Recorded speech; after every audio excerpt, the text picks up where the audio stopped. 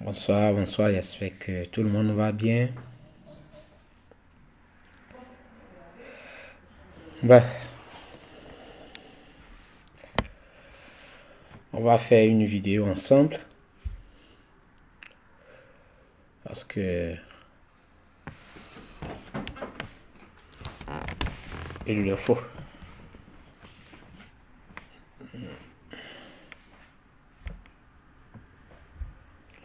Alors, aujourd'hui est le 15 janvier 2026.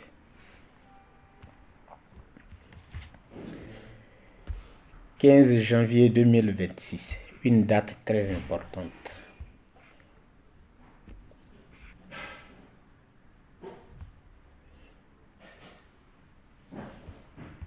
À ne plus jamais oublier.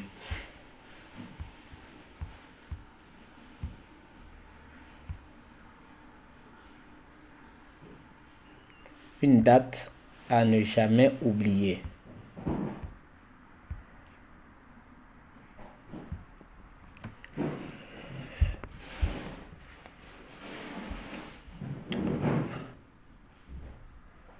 C'est une date très importante dans l'histoire de notre pays.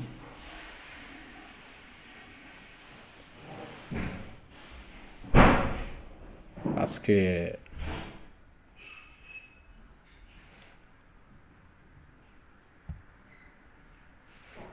c'est la date à laquelle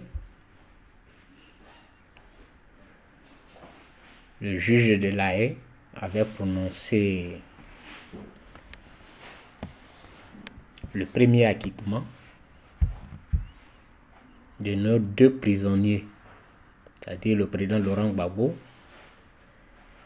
et Charles Blé Goudé. C'était une date à laquelle nous avons sauté de joie, on était tous contents, nous avons dansé, parce que pour nous c'était une victoire, donc nous avons dansé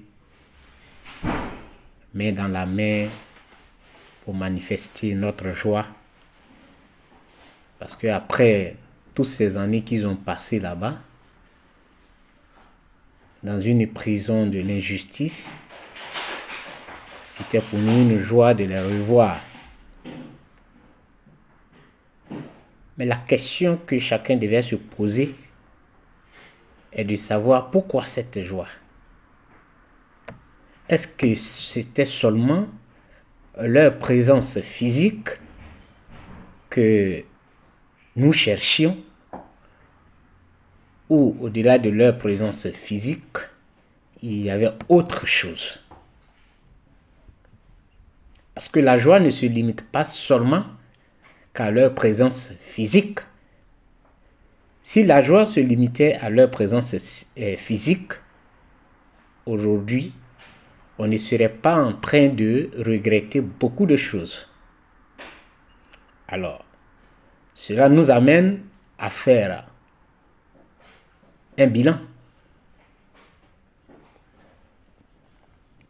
En réalité, la libération ou l'acquittement de nos deux prisonniers était pour nous un espoir. Quel espoir? Parce qu'il y a un combat que nous étions en train de mener. Un combat pour l'émancipation de la Côte d'Ivoire. Un combat pour que la démocratie vraie soit en Côte d'Ivoire. Un combat pour qu'il y ait le respect des droits de l'homme. Voici, ça dit que la liberté au sens propre, l'indépendance, et c'est ce combat-là qui a été arrêté net. Et donc, lorsque on nous a annoncé que nos deux prisonniers ont été libérés, ça a été une grande joie pour nous. Nous avons dansé, nous étions contents. Parce que pour nous, c'était vraiment la bonne chose. Il faut qu'ils reviennent à nous pour qu'on puisse continuer le combat. C'est pourquoi j'ai posé la question de savoir. Est-ce qu'on avait besoin, c'était leur présence physique qui nous a mis dans cette joie? Je crois que non, ce n'était pas leur présence physique seulement. Ce n'était pas de les voir seulement, c'est parce que si on voulait les voir, on peut aller à La Haye, on peut les voir et puis revenir. Mais c'est parce qu'on s'est dit qu'il y a un combat qui est inachevé. Et que s'ils reviennent, nous allons mener ce combat-là. Donc, aujourd'hui, ce n'est pas pour célébrer une joie, mais c'est pour se questionner. Chacun doit se questionner. Chacun doit regarder les vidéos qu'il a faites depuis longtemps. Les vidéos. Il doit regarder ça et se poser une question. Qu'avons-nous obtenu? Quel était le but? Quel était l'objectif que nous avons voulu atteindre? Avons-nous atteint cet objectif-là? Et chacun aura sa réponse. C'est cela. Donc ce n'est pas aujourd'hui, ce n'est pas une manifestation pour dire que bon voilà, nous allons célébrer, nous sommes contents parce qu'il y a la liberté. Il n'y a pas eu de liberté. Parce que même s'ils ont été retournés en prison avant d'être libérés en 2021, définitivement acquittés,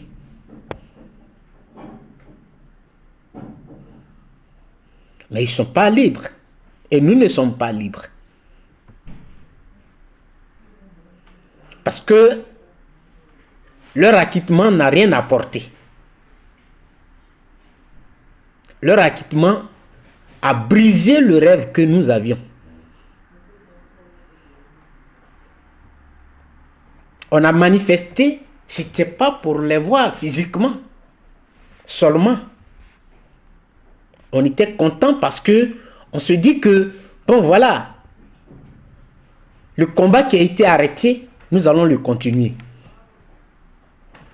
C'est pourquoi nous avons manifesté. Mais aujourd'hui, est-ce qu'on peut être fier quand on se regarde dans un miroir? On peut être fier de ce que nous avons mené comme combat. On peut être content quand on se regarde.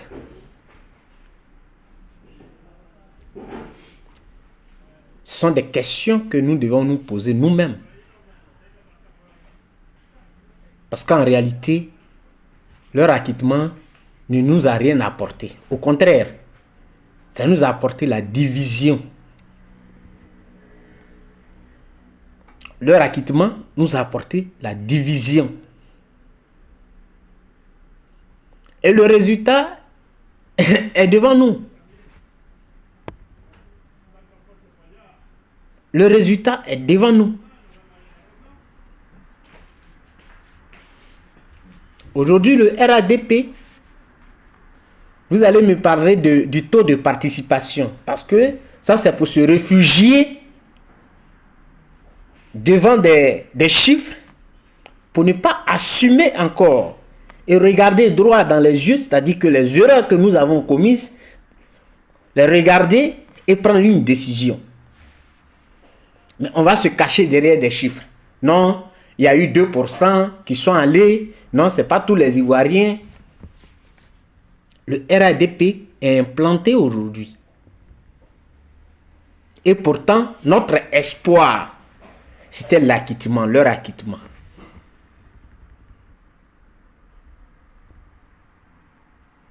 Leur acquittement aujourd'hui a tout brisé, a brisé tous nos rêves que nous avions.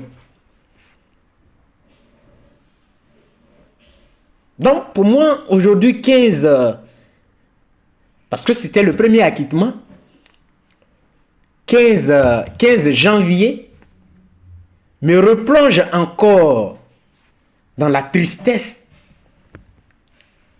C'est-à-dire, c'est comme si, de la manière eux-mêmes, on les a ramenés dans les cellules. Là. Ce 15 janvier, c'est comme si on vient encore me prendre pour me remettre dans une cellule.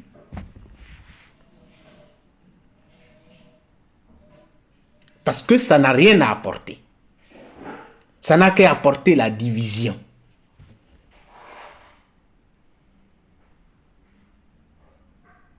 Voilà qui est clair.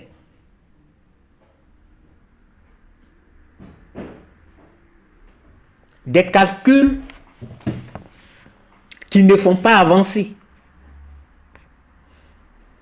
La famille politique qu'on avait a été détruite. Totalement. Nous sommes la risée du monde. Mais le comble, c'est que personne ne veut assumer, ne veut regarder la vérité dans les yeux et dire que oui, nous avons fauté. Personne. Personne ne veut le reconnaître. On cherche les boucs émissaires.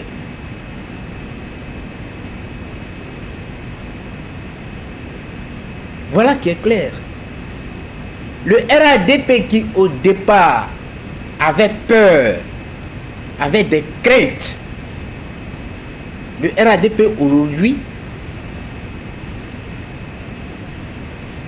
a pris la confiance.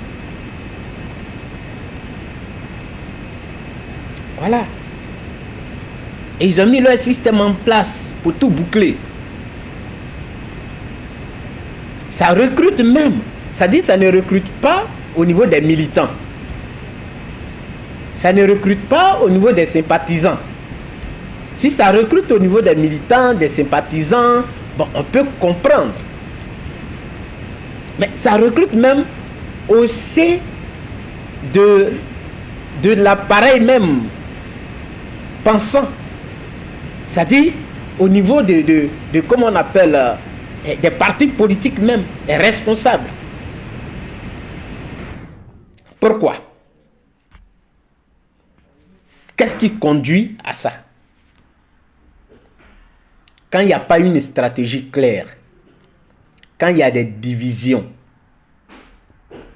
et que on met les égos en avant, c'est normal. Moi, je me suis moqué de quelqu'un qui a quitté le PDCI, qui allait au RADP, et il a dit que moi, je ne veux pas mourir pauvre. Je me suis moqué de lui. Mais après, j'ai fait une analyse et j'ai compris que il n'a pas totalement tort. C'est parce qu'il a dit qu'il ne veut pas mourir pauvre. Sinon, il aurait dû dire autre chose. Mais quand tu es dans un groupe, il faut avoir de la discipline. Il faut savoir ce que tu veux. C'est cela.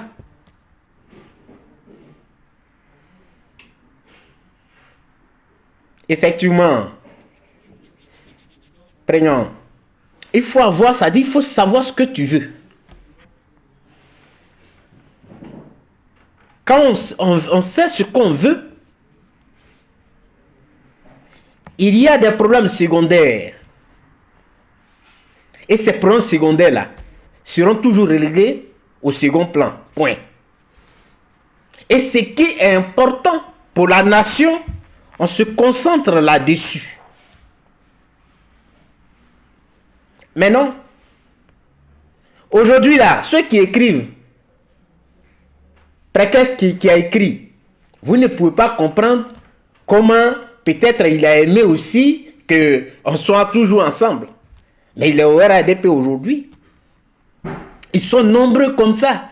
Les gens ne sont pas allés au RADP parce qu'ils ont l'amour du RADP.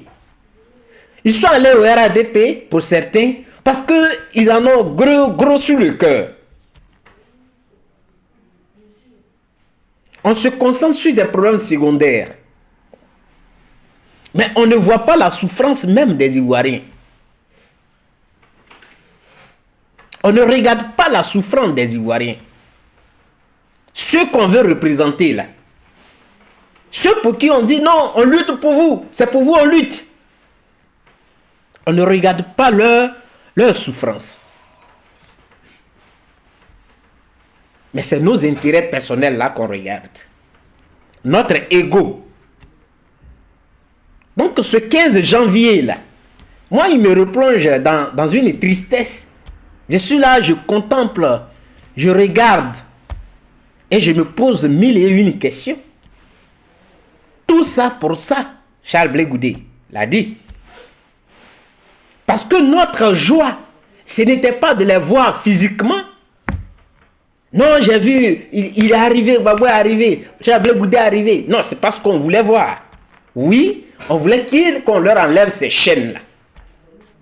Mais il y a encore des chaînes auxquelles on n'a pas trouvé de solution. Ces chaînes-là sont invisibles. Mais ce sont des chaînes qui nous tiennent. Ce sont ces chaînes-là qui ont fait que nos rêves ont été, notre espoir a été brisé. Et personne ne pense à ça.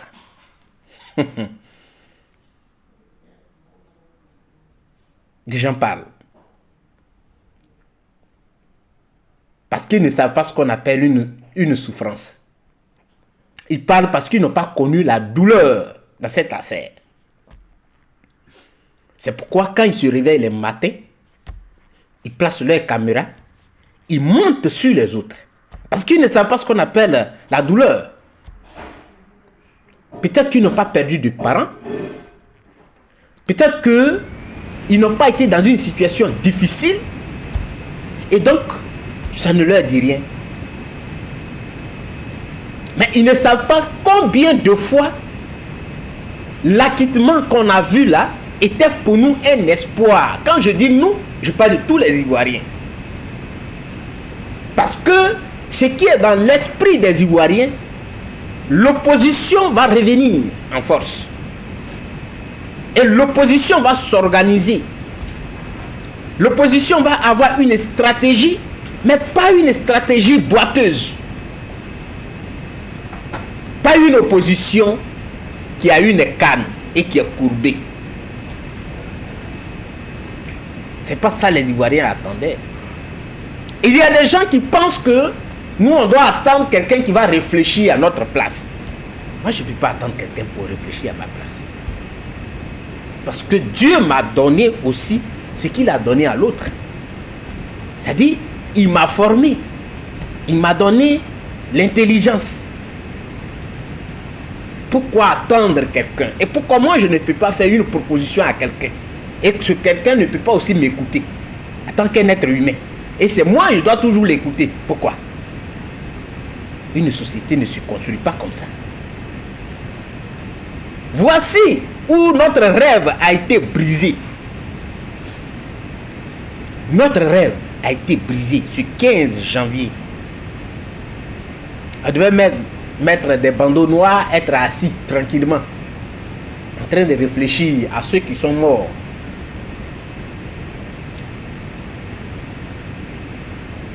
Oui.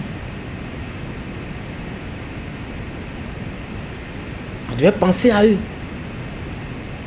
Pour dire que vraiment, si vous le saviez, personne n'allait donner sa poitrine. On allait rester tranquille. Mais on porte aujourd'hui des séquelles. On doit faire des tours à l'hôpital. D'autres n'ont pas de jambes. Certains ont perdu leur travail définitivement. D'autres n'ont pas vu où leurs parents ont été enterrés. C'est dans cette situation-là, on revient, on sort de là. Et ce sont les égos. On accuse certaines personnes d'avoir fait tant.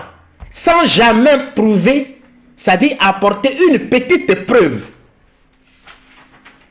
Comme si on n'était pas dans un monde moderne, où on nous parle de la promotion de la liberté de penser. On ne sait pas ce que c'est la liberté de penser.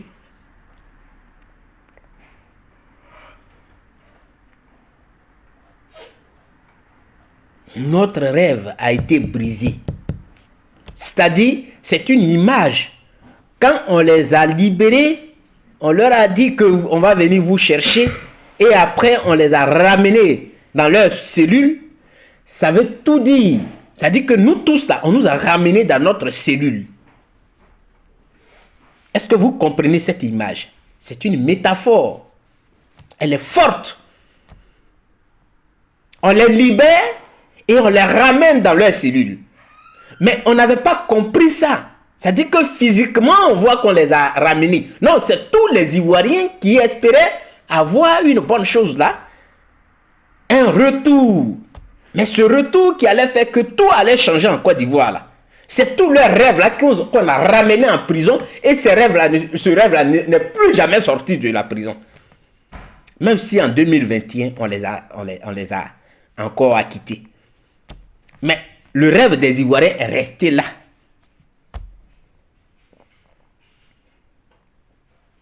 Est-ce que vous comprenez? C'est ce que vous devez comprendre. Oui, vous devez comprendre cela. Ce 15 janvier là, asseyez-vous et réfléchissez au tour que vous avez fait. C'est-à-dire que dans la glace, dans la neige là, vous partiez là-bas. Pensez à ça. Pour ceux qui étaient en Côte d'Ivoire, qui ont dansé, qui ont sauté, qui ont gêné, ils doivent réfléchir. Ils doivent dire, donc tout ça, pour ça.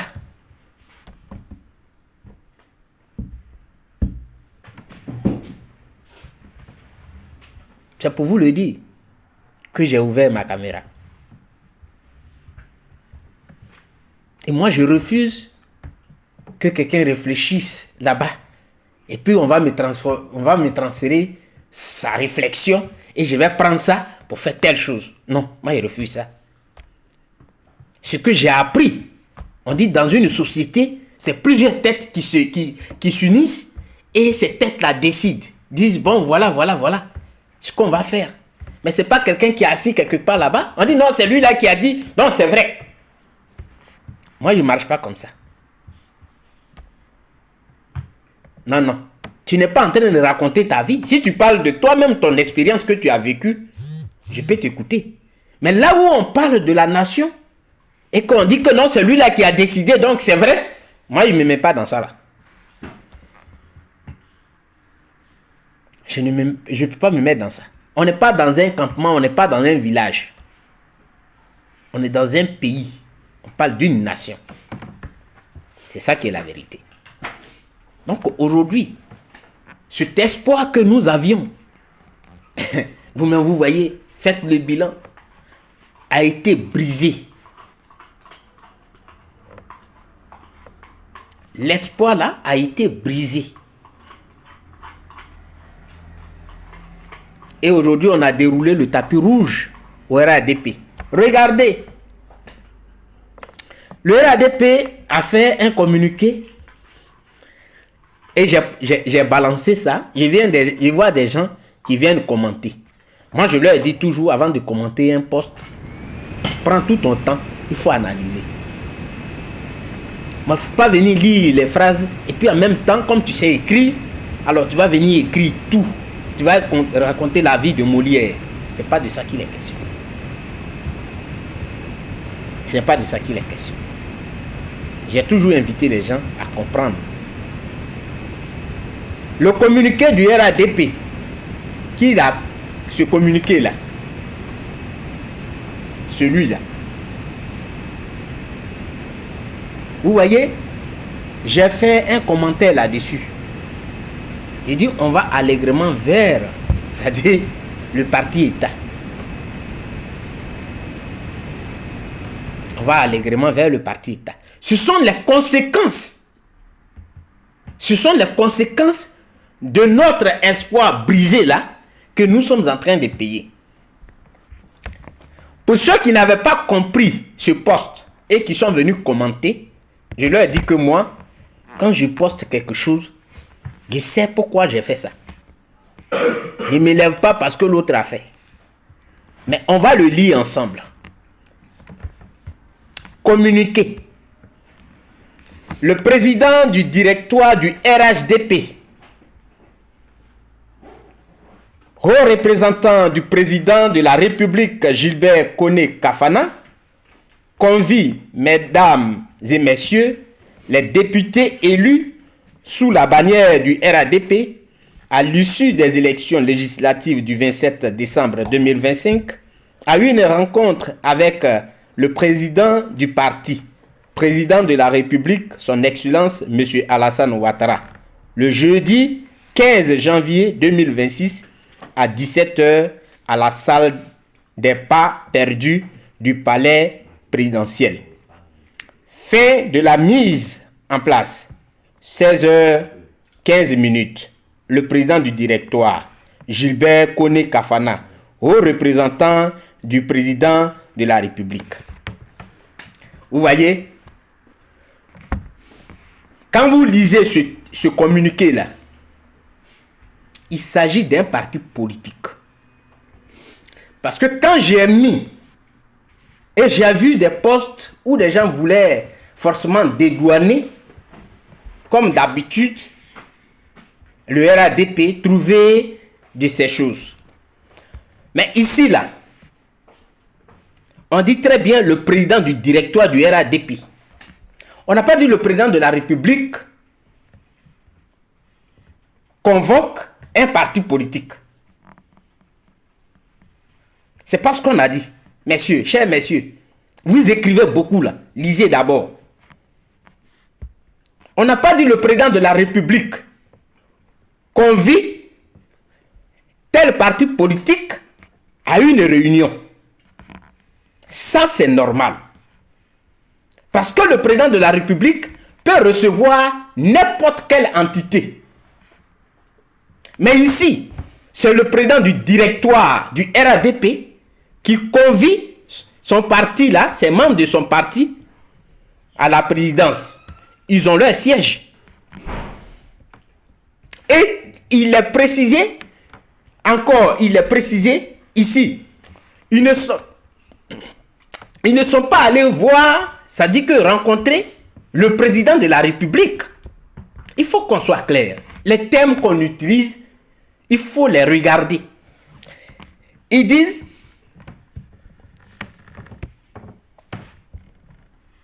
voilà, avec le président du parti. C'est par là qu'il a commencé. C'est-à-dire la rencontre. À une rencontre avec le président du parti. Pas avec le président de la République d'abord. Ou pas avec le président de la République tout coup. Mais avec le président du parti. On n'est pas bête. Si vous l'êtes, mais nous autres, on n'est pas bêtes. On n'est pas bêtes. Le président de la République peut convier un parti politique à une réunion, à une rencontre. C'est vrai. Mais le président d'un parti politique qui convie les membres de son parti à une réunion à la présidence. Comment vous comprenez ça? Et vous venez écrire beaucoup. Parce que vous avez l'encre. Ou bien vous pouvez écrire, vous avez appris à former les phrases sujet, verbe et complément, sujet, verbe, complément. Donc vous venez, vous écrivez. Mais nous, on n'est pas là pour sujet, verbe, complément. On est là pour une analyse d'abord. Pour comprendre dans quel cadre il y a eu un communiqué. Et pourquoi c'est à la présidence que le président du directoire du RHDP convoque une réunion. En plus, il ne dit pas le président de la République, mais il dit le président du parti. Et maintenant, on met le président de la République, son titre, on met ça en second. Vous croyez qu'on est bête? Non, moi, ma tête là, elle marche beaucoup. Mes neurones là travaillent. On n'est pas bête. Mais j'ai dit que j'ai fait un clin d'œil sur ça pour vous dire que ce sont les conséquences des stratégies boiteuses. Oui. Ce sont les conséquences des stratégies boiteuses. Ça, c'est la stratégie. Ça, c'est la stratégie. C'est cette stratégie-là qui nous a envoyé là. Bonsoir, ma soeur Martha. Comment tu vas? C'est cette stratégie-là qui nous a conduit à ça. Parce qu'on n'a pas mis en avant ce qui est l'intérêt national. Oui. Donc le 15 janvier 2019, aujourd'hui 15 janvier 2026, ça nous rappelle, ça dit que l'espoir brisé, c'est le souvenir qui est là, qu'on a. C'est l'espoir brisé. Mettez ça dans vos mémoires.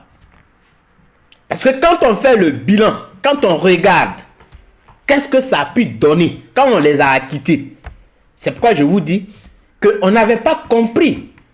C'est-à-dire que cette métaphore, quand on finit de les acquitter pour la première fois, au moment où ils attendent, on va les amener dans leur hôtel et on les ramène en cellule. C'est nous, notre espoir là, qu'on a ramené en cellule. Et c'est notre espoir là qui n'est plus jamais sorti de cellule. Eux, ils sont sortis. Mais notre espoir est resté dans les cellules là. Ça veut dire qu'ils ont fermé notre espoir. Qu'est-ce que ça veut dire? Aujourd'hui là, qu'est-ce que vous regardez? On va accuser X. Non, il transporte l'argent sans jamais apporter une moindre preuve. Non, il a salué, donc voilà, il a salué. Il salue les gars là, ils vont danser dans Zouglou. Donc, ils sont même chose. Ça veut dire qu'ils ne savent rien. Mais ils parlent, ils accusent. Voici les conséquences. Donc, le RHDP, le tapis, comme l'a dit, oui, on va leur faire un boulevard. Le boulevard a été fait au RHDP. Donc, ils font ce qu'ils veulent. Ils peuvent convoquer leur réunion à la présidence. C'est-à-dire que c'est le parti État qui est en marche.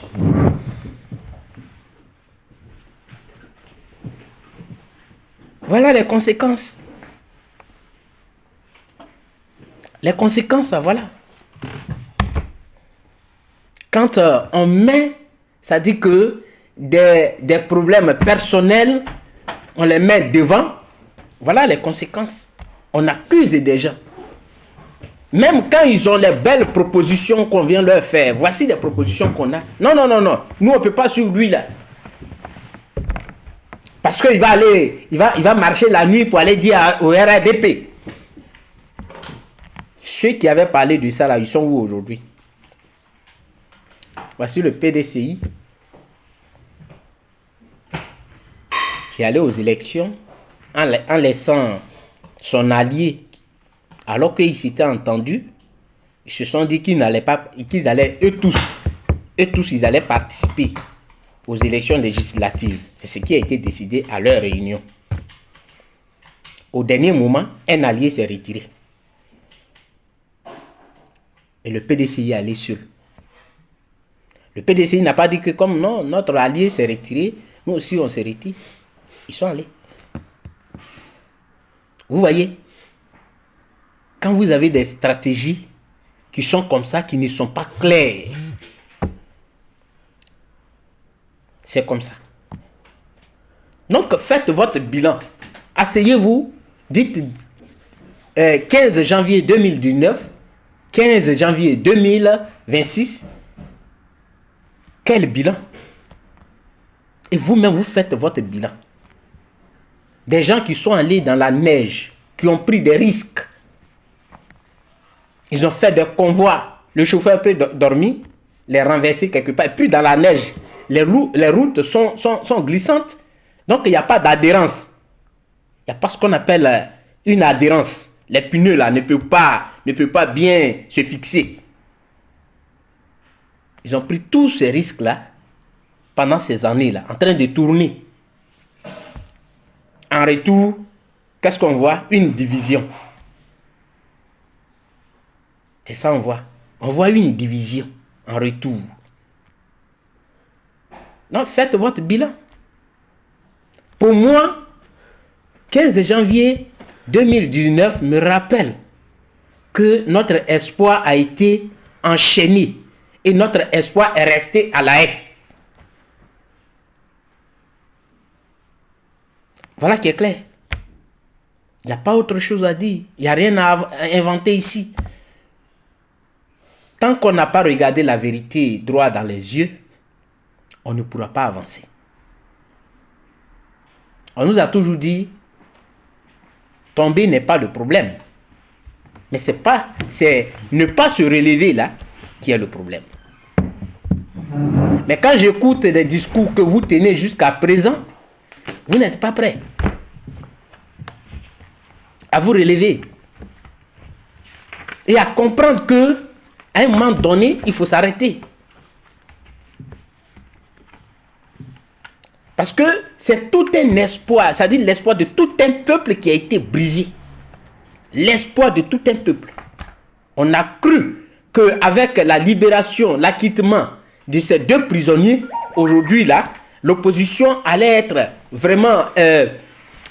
ils allaient craindre, le RADP allait craindre. Au départ, le RADP craignait. Pourquoi ils n'ont pas donné comment on appelle, les passeports à temps réel? Pourquoi? Est-ce que vous vous avez posé ces questions-là? Il a fallu que Gbagbo se déplace lui-même, qu'il parte à l'ambassade pour aller réclamer son passeport. Un ancien président de la République. Si on a fait ça là, c'est parce que les gens voyaient, ils craignent que à ceux-là, s'ils viennent, on est mort, on va perdre le pouvoir. Personne n'a compris ça. Après lui, Chablé Goudé a attendu son passeport. Non, il n'attend pas le passeport. Il y a longtemps, avant même qu'on le donne pour Gbagbo là, lui, on lui avait donné pour lui. Et les gens prennent, ils partagent ça. Chablé Goudé a son passeport en poche. Il fait exprès. Il a ça, il a son passeport. Moi j'ai vu ça, on m'a dit ça, c'est lui là qui m'a dit. On avait mis ça dans un petit paquet. Et puis on lui a donné. Il a ça. Apporte la preuve. Il n'y en a pas. Mais il a ça quand même. Ceux qui avaient dit que Chablé Goudé a son passeport. Chablé Goudé reçoit son passeport. Il fait une photo au bureau de l'ambassade là-bas. La photo de Ouattara est là. Oh, voilà. Il a fait photo là où il y a la photo de M. Ouattara. On vous avait dit. Ça dit que des débats inutiles. Et donc le RADP a regardé. Il a dit, ben tiens, quand le mur est fissuré, le lézard se met au milieu. Ça, il n'y a rien à faire. Donc nous, on va se mettre au milieu. Et on va tirer maintenant les ficelles. Et personne n'a compris ça. Sauf quelques-uns, nous. Quel est le bilan que vous pouvez faire aujourd'hui? Après tant de souffrances.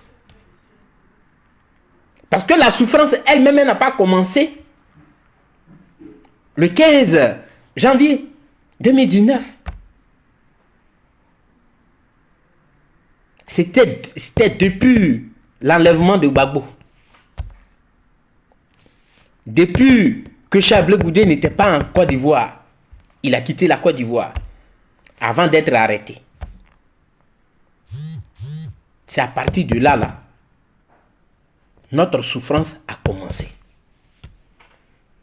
Et ceux qui devaient nous apporter l'espoir, là, c'est les deux. Ils arrivent. main dans la main, on trouve une qui est déjà au pays. Simone Eivé, elle est là. On la trouve là. Tout le monde main dans la main. Tous ceux qui ont fait la prison, qui ont lutté, tout cela, main dans la main d'abord. On va parler Côte d'Ivoire. Même si on t'a dit que lui, il allait manger à l'eau de l'autre, et que non, c'est lui qui a gâté ton truc, mais d'abord, main dans la main. Comme on est venu de la prison, il y a un problème qui nous a envoyés tous en prison. Nous sommes là. Les anciens prisonniers, ceux qui étaient ici, qui ont fait la prison, qui ne sont pas arrivés à La Haye, tous ceux-là, on va se mettre ensemble pour montrer aux Ivoiriens que nous sommes venus. Leur donner cette joie-là. Au moins, ils méritent. Même si on ne peut pas ressusciter leurs parents qu'ils ont perdus, mais ils méritent quand même d'avoir la joie en nous voyant tous ensemble. En nous mettant au-dessus de tout. Qui l'a fait?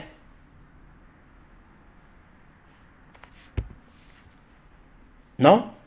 On a humilié Simone, maman Simone, on a accusé Charles Blé Gouzé de tout. Aujourd'hui, le résultat là, c'est lequel? Quel est le résultat? C'est la question que je pose. Que chacun réponde, chacun s'assied dans son salon ou bien là où vous placez vos caméras pour parler là. Asseyez-vous, prenez note et dites-nous, racontez aux Ivoiriens que voilà ce qu'on nous on a pu gagner quand on a dit que Charles Blé Goudé était traître, quand on a dit que Simone Gbagbo elle est traître et qu'elle est traîtresse, et quand on a aussi dit que lui là, on a vu lui là ici. Vous faites le bilan et puis vous venez dire aux Ivoiriens. Mais nous sommes devenus la risée du monde. Nous sommes devenus la risée du monde. Aujourd'hui là, et je le répète, Laurent Gbagbo, je dis bien Laurent Gbagbo, les gens font semblant de parler de lui, mais en réalité, ce n'est pas ce nom-là qu'il méritait. Personne n'a pensé à ça. Vous l'avez pris comme votre fétiche à vous. Et pourtant, c'est tout le monde qui a souffert. Donc, venez nous faire le bilan. Aujourd'hui, le 15 janvier. Parce que c'est comme ça, hein, quand l'année finit, on s'assoit, on fait un bilan. Ah, l'année passée, là, qu'est-ce qu'on a pu faire? L'année qui vient de passer, qu'est-ce qu'on a pu faire? Qu'est-ce qu'on n'a pas pu réaliser? Et puis bon, on fait des projections. Donc, venez nous faire le bilan. Chers Ivoiriens, voilà. C'est pour vous dire que ce 15 janvier, moi, me plonge dans une tristesse. Parce que je ne m'attendais pas à ce que je suis en train de voir. Je ne m'attendais jamais à ça. Dans ma conception, je me dis que quand nos prisonniers vont être libérés, alors nous, on sera libérés. D'abord, ça va nous permettre d'évacuer tout ce qu'on a emmagasiné comme haine. Parce qu'il y a quand même eu la souffrance. Donc, on va évacuer ça. Deuxièmement, ça va nous donner la force de mener la lutte politique. Effectivement, Bata, bilan d'injure. La lutte politique, on va la mener ensemble. On s'en fout si quelqu'un est dans son parti politique, pourvu qu'on soit ensemble et que la personne soit respectée. On s'en fout si tu as créé un nouveau parti. Ce n'est pas là le problème. Le problème, c'est que nous parlons de la même Côte d'Ivoire et nous parlons des mêmes problèmes. Mais si chacun parle de son côté, on ne peut pas arriver à bout de ce système. Et pour arriver à bout de ce système-là, c'est ensemble qu'on peut arriver à bout de ce système. Voici ce qui est important. Peu importe celui qui va trouver l'idée. Peu importe celui qui va trouver l'idée. Mais si cette idée qu'il trouve, elle est bonne, elle va dans le sens de la nation, alors cette personne-là, on va être avec elle. La preuve, maman Simone Eivé a réfléchi sur la coalition qui a été cassée là. Elle a réfléchi seule. Et elle a mis la coalition là, sur la table. Ceux qui devaient venir sont venus. Mais est-ce que vous l'avez vu réclamer la tête de la coalition? Parce que ça veut dire quoi? Le problème n'était pas d'être à la tête. Ce n'était pas ça son problème. Son problème, c'est de mettre tous ces partis politiques-là ensemble et combattre ensemble. C'est tout. Donc ça veut dire qu'elle a été que porte-parole. Elle a pris le porte-parole là. Et l'autre est devenu le coordonnateur. Thiam. Donc ça veut dire qu'il était comme le président de la coalition. Et pourtant, il n'était pas là. Quand ça se mettait ensemble, quand elle a trouvé les idées, tout ça. Mais c'est ça, on dit être leader. Ce qui grandit un leader, ce n'est pas le fait de se forcer d'être devant. Quand tu te forces pour être devant, tu n'es pas un leader. Un leader, il accompagne, il encourage. Et par derrière, on lui dit, mais lui, il peut être devant. Hein? C'est vrai, lui, il peut être devant. Et on te met devant. Parce que on voit que, c'est vrai, peut-être que tu n'as pas pensé à tout, mais ton aura peut nous aider. Donc, on te met devant. C'est ça, on dit un leader. C'est un leader, c'est un vrai leader qui est là. Mais un leader, ce n'est pas celui qui lutte de la tête de quelque chose, non.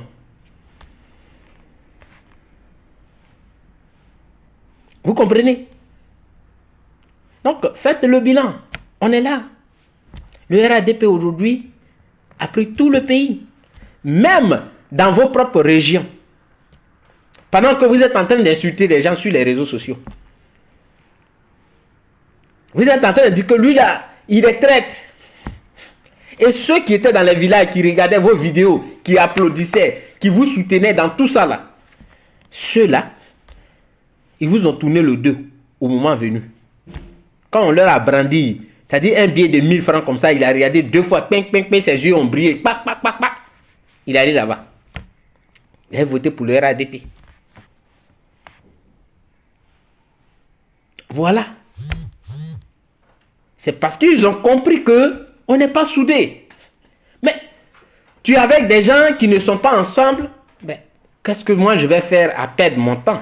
Voici les questions que les gens se sont posées. Pourquoi perdre mon temps derrière des gens qui n'ont pas une stratégie payante? Donc, il est mieux de me chercher. Le temps, ils vont se réorganiser et ils vont penser à nous là. On sera avec eux. Mais pour l'instant là, chacun chez soi. C'est ce qu'ils ont fait là. Hein. Ça veut dire que vos injures n'ont pas payé. Vos accusations farfelues n'ont pas payé. Vous avez accusé, vous avez injurié. Ça n'a pas payé et ça ne payera pas. C'est pas ça qui paye. C'est de travailler sur des sujets clairs.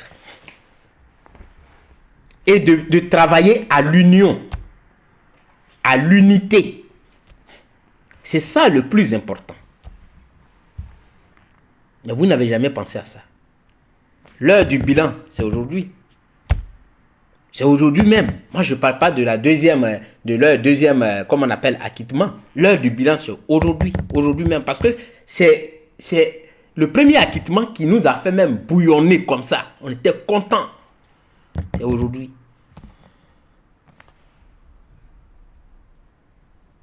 Vous comprenez? Non, venez nous faire le bilan. Vous n'êtes même pas capable de regarder la vérité dans les yeux. Moi, j'aime quelqu'un qui se trompe et puis qui me dit, oui, je me suis trompé. Je respecte cette personne-là. Mais tu t'es trompé. Tu sais très bien que tu t'es trompé. Et tu dis, non, moi, ce que je fais là, c'est ça qui est ça. Et quand tu te retrouves devant ton miroir, ou bien quand tu es couché, ta conscience te parle. Et tu luttes avec ta conscience. Quand tu sors là le matin, tu oublies ce que ta conscience t'avait dit. Tu n'es pas un homme. Un homme, c'est celui qui dit, oui, je me suis trompé. Et je vais m'améliorer. Je me suis trompé. Ça, c'est un homme. Ce n'est pas un homme qui est faible. Un homme qui vient dire, ah, vraiment, toutes mes excuses. Et on dit, ah, mais pourquoi il demande pardon là? C'est lui qui est l'homme. C'est un homme. Mais pas celui qui sait très bien que ce qu'il a fait n'est pas bon. Et bon, là, il se glorifie dans ça. Ce n'est pas un homme. Il refuse de changer. Bon, voilà. Vous pouvez passer votre temps en train d'insulter les gens. Mais le temps du bilan est arrivé. Qu'est-ce que vous dites? Le RADP a 5 ans. Et le RADP a tout occupé. Je dis bien tout occupé. Ils ont la présidence. Aujourd'hui, ils ont l'Assemblée nationale. Ne comptez même pas sur, comment on appelle ça, le Sénat. Ne comptez même pas là-dessus. C'est terminé. Non, ils ont ces deux pouvoirs-là. C'est terminé. Eux, ils vont décider, ils vont faire ce qu'ils veulent tranquillement. Voilà. Voilà. Donc, c'est ce que j'ai voulu dire. Et ce que j'ai voulu vous dire. Hier, j'ai vu, c'est pas hier ou bien avant-hier, j'ai vu qu'on dit la Côte d'Ivoire a signé un accord ou bien des accords avec des accords de protection ou bien de quoi avec les États-Unis. Il y a beaucoup de questions que je me suis posées. Est-ce que c'est passé à l'Assemblée nationale? Est-ce que c'est ceci? Est-ce que c'est cela? Deux personnes se sont assis quelque part là-bas. Bon, on signe. Là, la Côte d'Ivoire, on signe. Ils signent, bon, ils passent l'accord, c'est fini. Or, ce sont des choses, ça, où on parle de la sécurité d'un pays. En tout cas, il faut soumettre ça à un débat parlementaire. Il faut soumettre ça à un débat parlementaire. Ils vont voir qu'est-ce qui est même. Si ça partait là-bas, qui est là-bas? Ils n'ont même pas encore commencé. C'est maintenant, ils vont élire leur président demain. Ils n'ont même pas encore commencé. Donc, si même ils envoient ça là-bas, là, c'est Bateau qui va dire que non, ça passe pas. Et puis, ils vont dire, ah, la loi là, ne passe pas parce que Bateau a voté contre.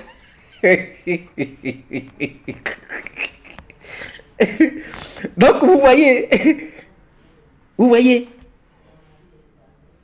de vous ai fait, c'est-à-dire qu'à chaque fois que je fais des vidéos, moi je vous ramène à tout ce qui est simple. Je ne suis pas obligé d'aller chercher des grands philosophes pour vous expliquer. Il dit celui qui gagne une guerre, c'est-à-dire une guerre physique là, c'est pas le général qui va placer sa poitrine devant les canons qui gagne la guerre. Mais c'est celui qui a l'intelligence et qui sait prendre l'ennemi, qui sait tromper la vigilance de l'ennemi qui gagne la guerre. Marie, bonsoir, comment tu vas? C'est tout. Ce sont des éléments qui sont devant nous. Vous ne verrez jamais un militaire placer sa poitrine devant les canons pour dire me voici en train de tirer. Ou bien ce que vous regardez dans le film, là, vous pensez que c'est ça? Non, hein? Pourquoi les militaires creusent pour se cacher? C'est ça là, vous regardez. On a laissé le terrain. Il y a des années qu'on a laissé le terrain. Il est occupé par le RADP. Quand on vient avec une nouvelle stratégie. Mais on doit être sûr qu'on est ensemble. On a déjà créé l'union. On s'est mis au-dessus de ce qui peut nous diviser. Mais on a créé l'union. Que chacun crée son parti politique, son mouvement. Ça, ce n'est pas le problème. Le problème, c'est quoi? C'est que c'est la Côte d'Ivoire. Donc, qu'est-ce qu'on fait? On se met ensemble et à partir de là, on crée une stratégie. Voilà comment ça se passe. Mais personne n'a voulu faire ça. On a repoussé, c'est-à-dire qu'on a créé, comment on appelle, une frustration. On a frustré des gens inutilement. comment on peut dire à Don Melo qu'il n'est rien?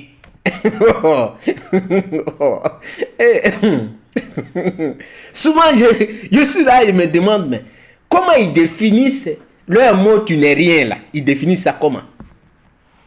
Don Melo qui participe à des débats internationaux. On dit il n'est rien.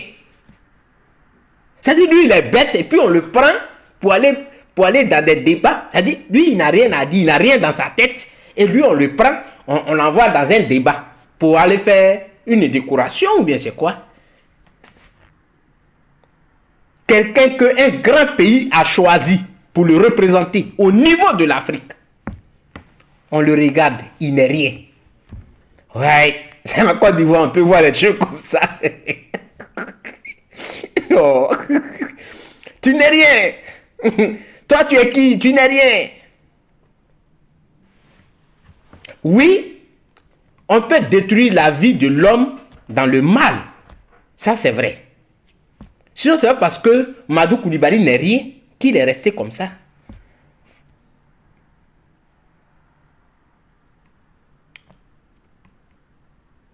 C'est pas parce qu'il n'est rien. Madou Koulibaly.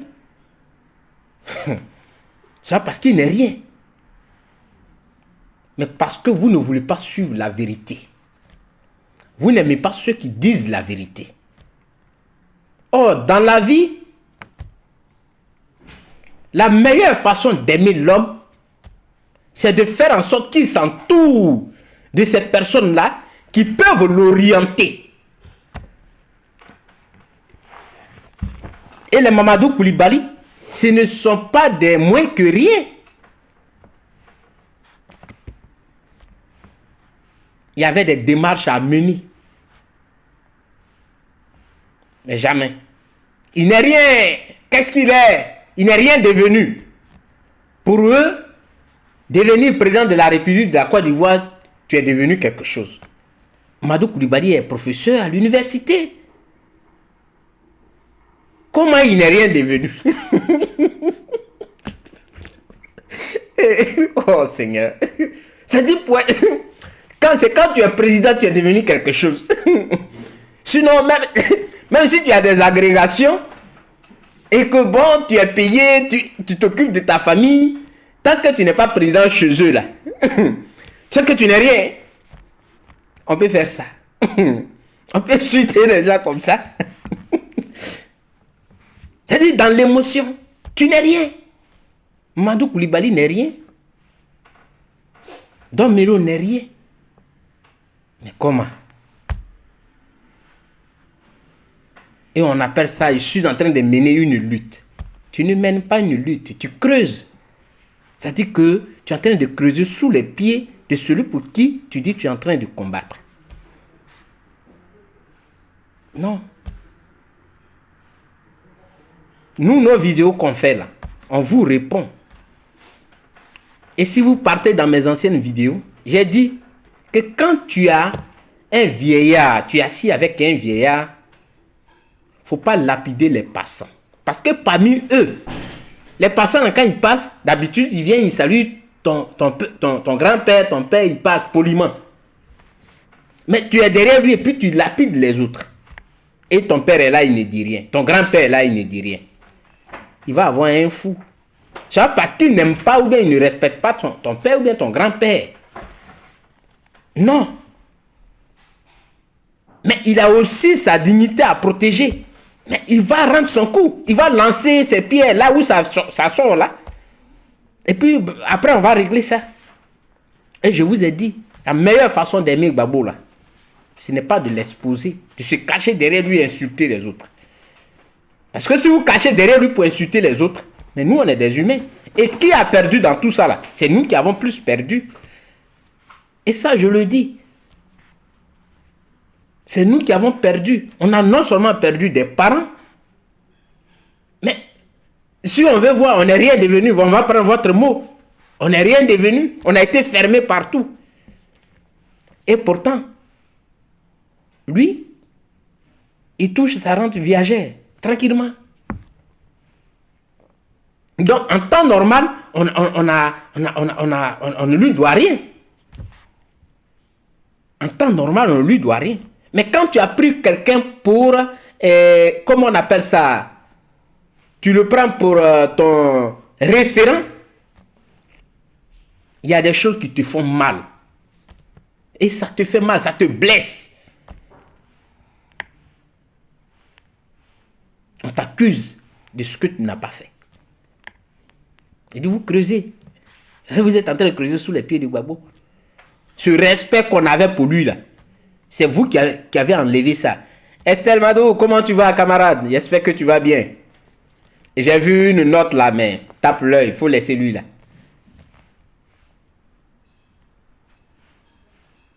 Tu vois? Le respect. Ça dit que si quelqu'un a manqué du respect à Gbagbo, c'est pas lui qui a manqué du respect à Gbagbo. C'est vous qui étiez derrière lui et qui lancez des injures. C'est vous qui avez manqué du respect à Gbagbo. Moi, je suis clair là-dessus.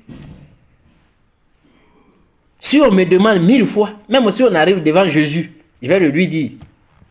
Il le saura.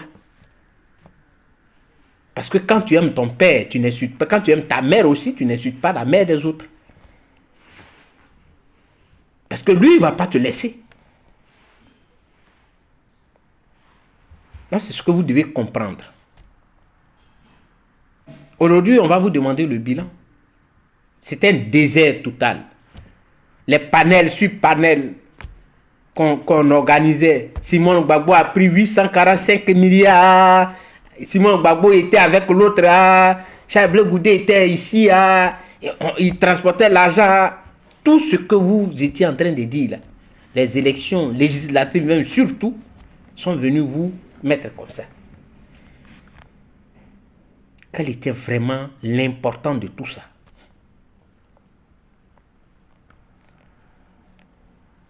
C'est ça. On a fabriqué des gens qui venaient même intervenir sur le truc de Guéni Pacheco.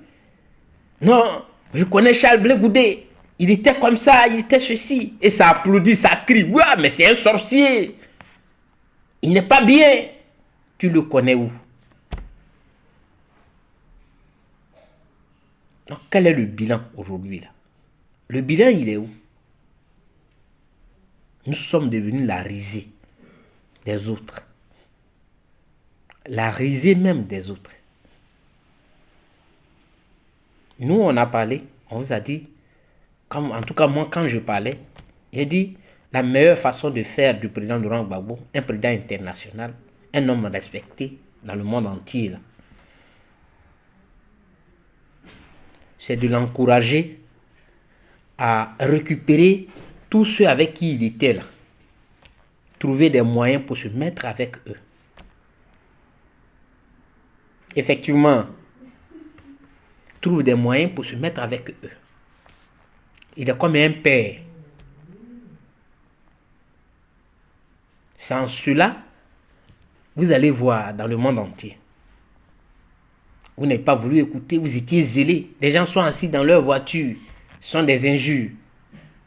Même quand j'ai écouté le petit, comment il s'appelle même, le petit qui est sorti récemment là, qui dit qu'il a fait un travail colossal et qu'on ne reconnaît pas son travail. Et il a mis la photo de sa tante pour dire que c'est elle est PDCI, tout ça. RDR, je crois. RADP, il aurait dû la soutenir, mais il n'a pas pu la soutenir. Il pensait être dans un combat. Comment il s'appelle même le petit là? Je crois qu'il est en Suisse là. Quelqu'un a son nom qui me le met. Il a pensé que voilà, les gens n'allaient jamais le laisser, ils n'allaient jamais l'attaquer. Il se permet d'insulter Charles Blé Goudé. Par rapport à quoi? Ferme ta gueule.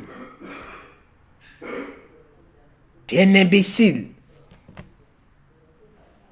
Maintenant, lui-même là, on dit il veut aller au restaurant, il pleure. Ah, quand toi, vous étiez derrière vos caméras, puis on dit que Charles Blé Goudé au restaurant. Benito, merci. Merci Marie. Quand vous étiez en train de dire que oui, tu es de l'autre côté. Mais quand on te dit que Chablé Goudé t'a invité, faut dire oui, oui, oui. tu pleures. C'est comme ça. La vie, c'est comme ça. Parle de ce que tu sais. Ne parle pas de ce que tu ne sais pas. Aujourd'hui, là, notre bilan, c'est aujourd'hui, là, notre bilan. La tristesse. L'espoir a été brisé. Tout simplement parce qu'il y a eu des stratégies qui ne sont pas payantes. Tout simplement parce que le débat, il a été personnalisé. On n'a pas pensé au système qui est en train de marcher sur les Ivoiriens.